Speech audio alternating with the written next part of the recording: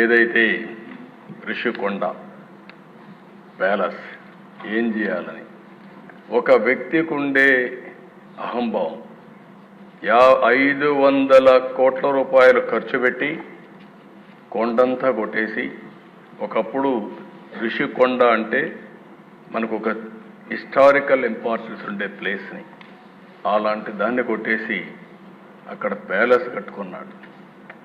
ఆ ప్యాలెస్ కట్టుకోవడం ఇప్పుడు వాళ్ళ నాయకులు చెప్తున్నారు.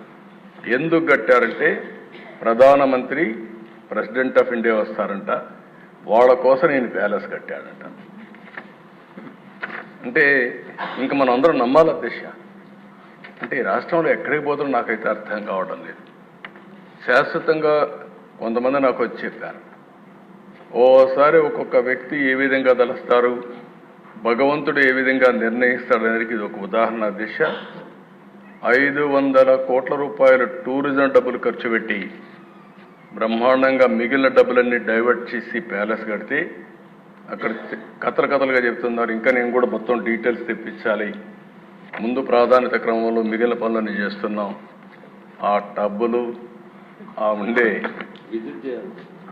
అందరూ ఒకసారి ఎమ్మెల్యేలు అందరిని తీసుకెళ్ళాలి, ఒకసారి హౌస్ కమిటీ అంతా ఈ అసెంబ్లీ అయినాక అందరూ వెళదాం, మీతో కూడా కలిసి నేను కూడా చూస్తాను ఎందుకు కట్టారు ఆ ప్యాలెస్ ఏం చేయాలనో కూడా నాకు అర్థం కావడం లేదు. ఇప్పుడు ఎవరికి ఇవ్వాలి, ఏం చేయాలి, ఎట్లా ఉపయోగించాలని కొంతమంది సజెస్ట్ చేశారు అధ్యక్ష. ఆ ప్యాలెస్లో టూరిజానికి ఇమ్మని, టూరిజానికి ఇస్తే ఎంత డబ్బులు అవుతుందో నాకు తెలియదు, కాబట్టి దానిపైన కూడా మీరు సూచనలు ఇవ్వాలి. ఇక్కడ కూడా ప్రజావేదిక కూల్చేశారు. ఆ 7 స్టార్ హోటల్ దానికి మేనేజ్మెంట్ మీకే ఇస్తాం, ఆ వడ్డీ అయినా వసూలు చేసి మాకు ఇవ్వండి. మీరు ప్రజాధనం అది ఎంత డబ్బులు వస్తుందో చూసుకుంటే ఒక 7 స్టార్ 9 స్టార్ హోటల్ కూడా ఏం పనిచేయవు అక్కడ.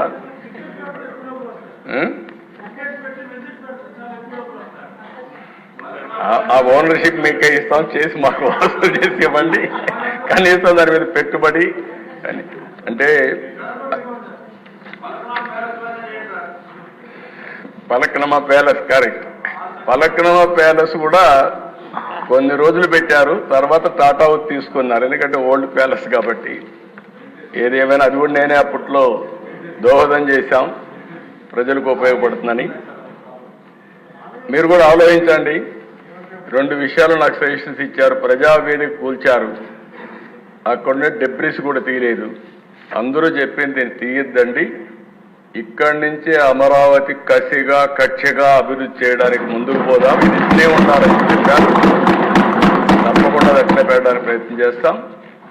ఇది కూడా రిషికొండ మీద ఉండే ప్యాలెస్ని ఏం చేయాలో మీరు కూడా ఆలోచించండి. దాన్ని కూడా శాశ్వతంగా మనం ఏం చేయాలో ప్రజలకు కూడా పెట్టే పరిస్థితిని చేద్దాం.